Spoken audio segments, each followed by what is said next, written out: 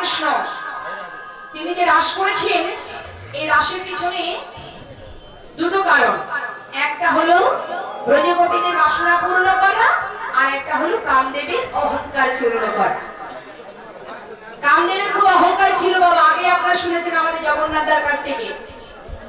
তার অনেক অহংকার, তাই ভগবান বলেছিলেন, শোনো কামদেব, তুমি সবাইকে পরাজিত করেছো, কিন্তু আমি এখনো বাকি আছি।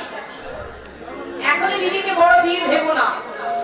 একটা নয়, দুটো নয়, 100 কোটি গোপিনীকে নিয়ে আমি লীলা করবো। তোমার যতবার আছে নিক্ষেপ করবে, যদি একটুখানির জন্য, মানে এক মুহূর্তের জন্য যদি আমি টলাতে পারো, সেই দিনে জানবো তুমি বড় বীর। হরি বল, হরি বল। তাই আজ আমার গোবিন্দ কামদেবের অহংকার চূর্ণ করা আর গোবিন্দের বাসনা পূর্ণ করা।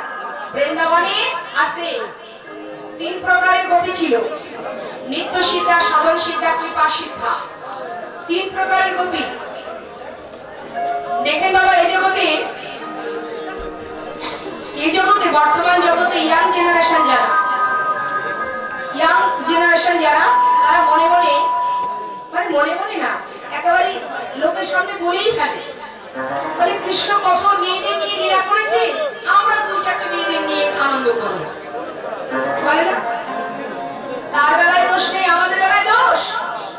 ভগবান তো কত রমণীকে নিয়ে লীলা করেছে, আমরা 2-4 জনকে নিয়ে আনন্দ করবো। ঠিক আছে, কথাটা মেনে নিলাম।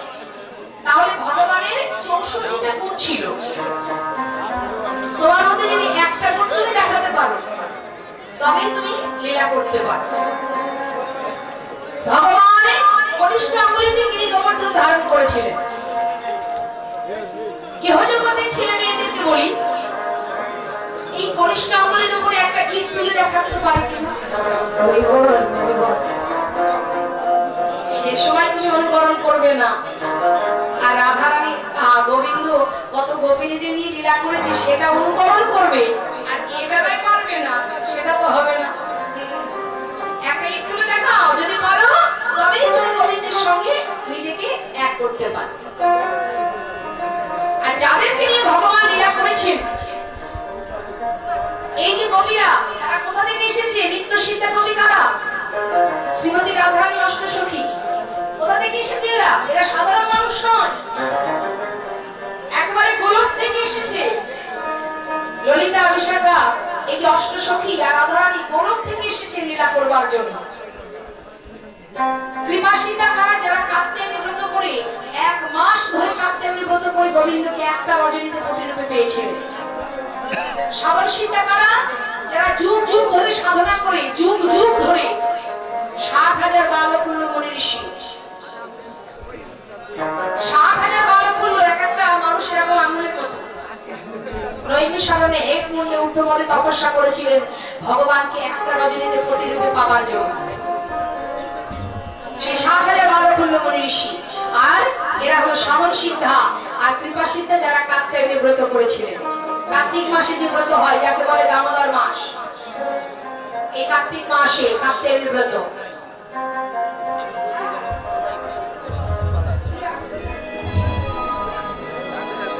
তো সেই ব্রত ব্রহ্ম মুহূর্তে আমরা শয্যা পরিত্যাগ করে যমুনায় স্নান করে মায়ের মূর্তি তৈরি করে মায়ের কাছে ভগবানকে প্রতিরূপে পাওয়ার জন্য সাধনা করেছিলেন। কাত্যায়নী মহামায় মহাজগৎ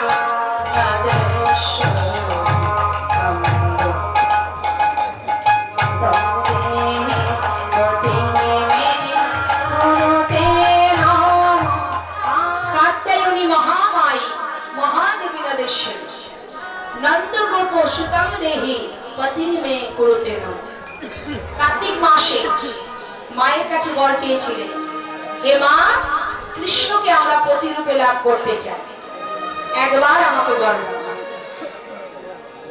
মা সন্তুষ্ট হয়ে বললেন, তথাস্তু, তোমাদের বাসনা পূর্ণ হবে।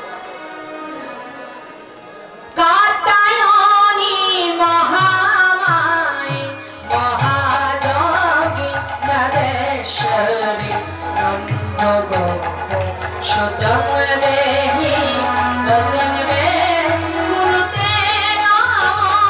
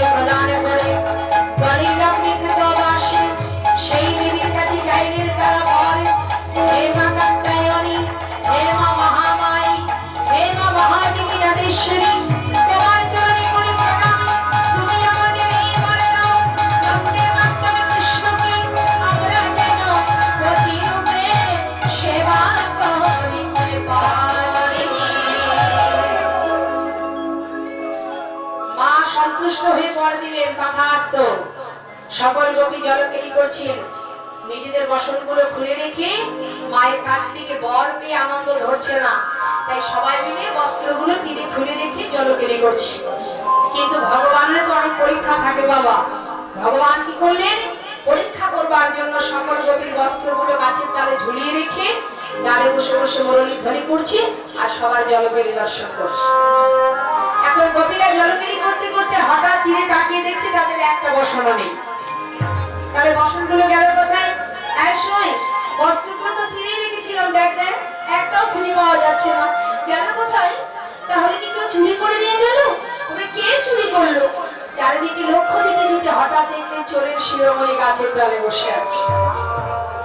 তাড়াতাড়ি করে সকল গোপী এক হাত দিয়ে লজ্জা আবরণ করে আর এক হাত উত্তোলন করে বলেন, এই যে চোরের শিরোমণি, ব্রজ মায়েদের ঘরে ননি চুরি করে স্বাদ মেটেনি, এখন এসেছো ব্রজে ললনা বসন চুরি করতে? আমাদের বস্ত্র দাও। ছি ছি ছি, লজ্জা করে না? সকল গোপী জলকেলি দর্শন করছো। গোবিন্দ বলছে, শুধু শুধু আমাকে চোর বললে, আমি কিন্তু কোনো দোষ করিনি। দোষ করনি মানে? চোরের মায়ের বড় গলা, বস্ত্রগুলো ডালে ঝুলিয়ে রেখে আবার বলছো দোষ করনি? গোবিন্দ বলছে, দাঁড়াও, 1 মাস কাত্তায়নী বিব্রত করেছো, তোমরা নাকি আমাকে পতি রূপে চাও। তাই যদি হবে, সবই তো দিয়েছো আমায়, লজ্জাটাকে নিজের বলে কেন ধরে রেখেছো? 16 আনা দানে যদি তোমরা নাই করবে, আমি তোমাদের বাসনা কেমন ভাবে 16 আনা দান করো, তবেই তো তোমাদের বাসনা পূর্ণ হবে। সকল গোপীর ভুল ভেঙে গেল। তাদের সঙ্গে সঙ্গে যদি বাহু উত্তোলন করে ভগবানের চরণে নিজেকে সঁপে দিলেন। হে প্রভু, তোমার দেয়া দেহ তোমার চরণে সঁপে দিলাম, শুধু তোমার কাছে একটি বাসনা, একটা রজনীতে তোমাকে আমরা পতি রূপে লাভ করতে চাই। ভগবান বলেন, তথাস্তু। আগামী বৃং চৌত জাতে সৃষ্টার্থে মধ্যত্ব প্রাপ্তে সরস্বত প্রযোগম ভবিষ্যয়া। ভবিষ্যৎবাণী করলেন, আজ নয়, আগামী শারদীয়া পূর্ণিমা তিথিতে তোমাদের বাসনা পূর্ণ হবে। আজ সেই দিন বাবা, সেই শারদীয়া পূর্ণিমা তিথি, যেই না গোবিন্দ আমার মায়ের কোলে ফিরে এলো, ক্ষীরসর নবনী সেবা করে মা আমার গোপালকে ঘুম পড়ালেন। আর এদিকে শারদীয়া পূর্ণ চাঁদ, চাঁদের কিরণ বাতায়ন দিয়ে ভিতরে প্রবেশ করে ভগবানের মুখের উপর এসে পড়ল। আর গোবিন্দ আমার সেই চাঁদের কিরণে তার ঘুম ভেঙে গেল।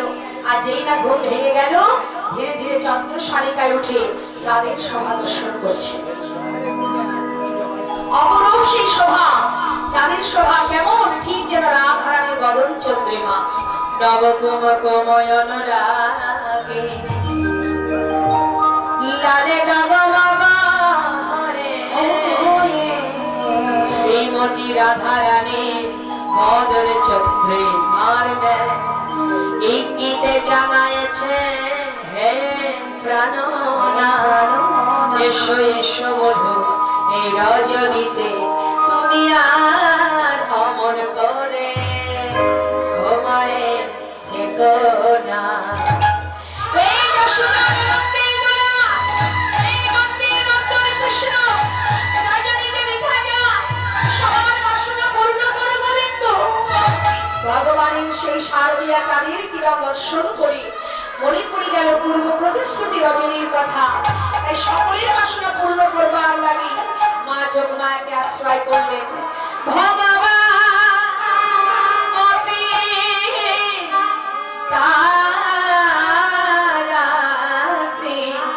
শারদত হল মল্লিকা,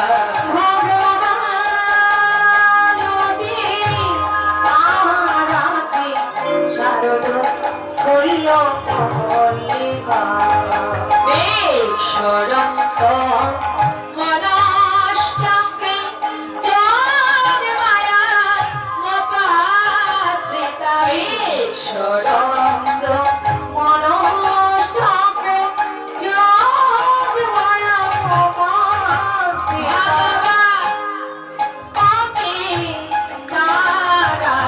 শারদ হল মল্লিকা।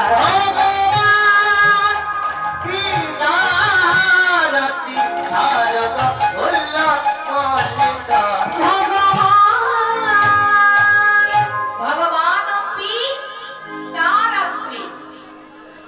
সঙ্গে বলেনি কি না